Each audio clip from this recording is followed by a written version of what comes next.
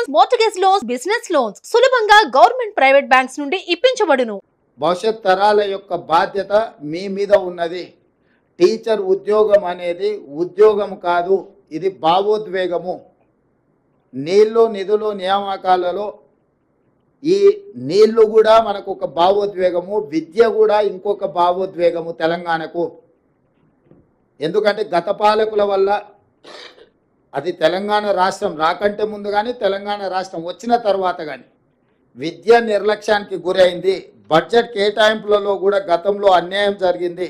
మేము వచ్చిన తర్వాత బడ్జెట్ను కూడా పెంచి ఈరోజు అన్ని రకాలుగా ప్రభుత్వాన్ని ముందుకు నడిపించడం ద్వారా బడ్జెట్లో కూడా న్యాయం చేయాలన్న ఆలోచనతోని నిధుల కేటాయింపులు కూడా పెంచినము.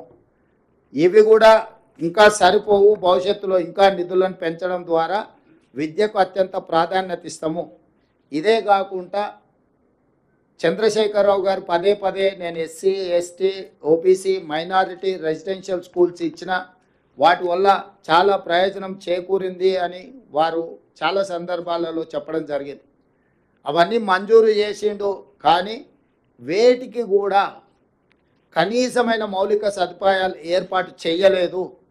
పిట్టగూళ్ళలో పోల్ట్రీ ఫామ్లలో పేదల పిల్లల్ని సరైన వసతులు లేకుండా, సరైన భోజన సౌకర్యాలు లేకుండా నిర్లక్ష్యానికి లోనైంది.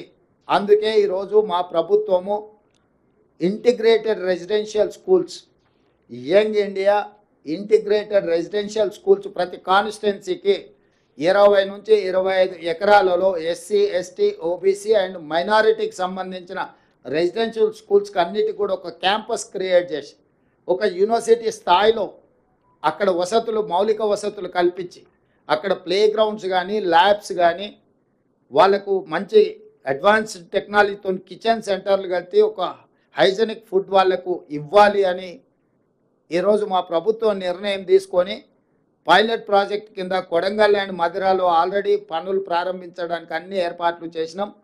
100 అర్బన్ హైదరాబాద్ 19 నియోజకవర్గాలను పక్కన పెడితే దాదాపుగా గ్రామీణ ప్రాంతాలలో ఉన్న 100 శాసనసభ నియోజకవర్గాలల్లో ఈ యంగ్ ఇండియా ఇంటిగ్రేటెడ్ రెసిడెన్షియల్ స్కూల్స్ని పూర్తి స్థాయిలో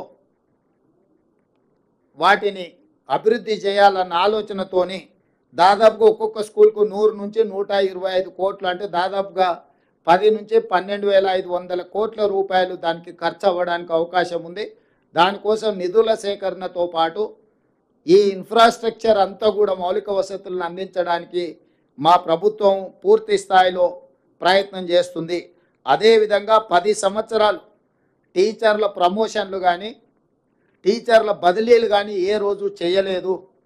ఎన్నో రోజుల నుంచి వాయిదాలు పడుతున్న టీచర్ల పదోన్నతుల ప్రక్రియ 21,419 మంది టీచర్లకు ప్రమోషన్లు ఇవ్వడం జరిగింది.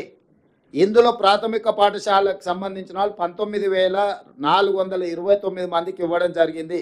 వివిధ స్కూళ్ళల్లో ఉండే టీచర్లకు, భాషా పండిట్లకు, ఫిజికల్ డైరెక్టర్లకి గురుకుల పాఠశాలల్లో ప్రమోషన్లు బదిలీలు లేకపోవడం వల్ల ఒక తీవ్రమైన నిరాశకు లోనైన ఈ టీచర్లందరికీ బదిలీలు, ప్రమోషన్లని ఎలాంటి వివాదాలకు తావు లేకుండా మా ప్రభుత్వం నిర్వహించింది. దాదాపుగా 34,706 మంది టీచర్లను ఎలాంటి ఆరోపణలు ఎదుర్కోకుండా మా అధికారులు చాలా మంచి ప్రణాళికాబద్ధంగా వాళ్ళు వీటన్నిటిని కూడా నిర్వహించారు. సో ఈ ప్రభుత్వానికి 26,000 ప్రభుత్వ పాఠశాలలలో మౌలిక వసతులు చాలా వరకు తక్కువ ఉన్నాయి. నిన్న మొన్న కొన్ని టీవీలలో కొన్ని రాజకీయ పార్టీల సొంత మీడియాలో పిల్లలకు బాత్రూములు లేరు, బారులు తీరిండ్రు, దీనికి రాష్ట్ర ప్రభుత్వం ఏం చేస్తుందని ఫోటోలు వేస్తారు. నేను ఆ రాజకీయ పార్టీలకు, ఆ మీడియా మిత్రులకు అడుగుతున్నా, ఈ పాఠశాలలు ఏమైనా కొత్తగా పెట్టినవా, లేకపోతే తెలంగాణ రాష్ట్రం ఏమైనా ఇప్పుడే కొత్తగా ఏర్పడ్డదా? 10 సంవత్సరాలు బాధ్యత ఉన్న వాళ్ళను, ప్రభుత్వంలో ఉన్న వాళ్ళను ఎవరైనా ఇవన్నీ నిర్వహించడంలో కానీ నిర్మాణం చేయడంలో కానీ ముందుకొస్తే ఎవరైనా వద్దన్నారా?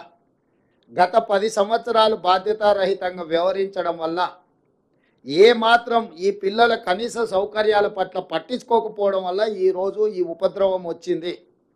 వాటిని ఒకటొకటి పరిష్కరించుకుంటూ చాలా సింగిల్ టీచర్ స్కూళ్ళను మూసేస్తే వాటన్నిటిని కూడా తిరిగి పునరుద్ధరించుకుంటూ పేదలకు విద్యను అందుబాటులోకి తీసుకురావాలి. విద్య మీద పెట్టే పెట్టుబడి ఖర్చు కాదు, అది పెట్టుబడి భవిష్యత్ తరాల నిర్మాణానికి పనికొస్తుందని చెప్పి మేము ముందుకు వస్తున్నాము. సుమన్ టీవీలో మీ పర్సనల్ అండ్ బిజినెస్ ప్రమోషన్స్ కోసం కింది నెంబర్కి కాంటాక్ట్ చేయండి.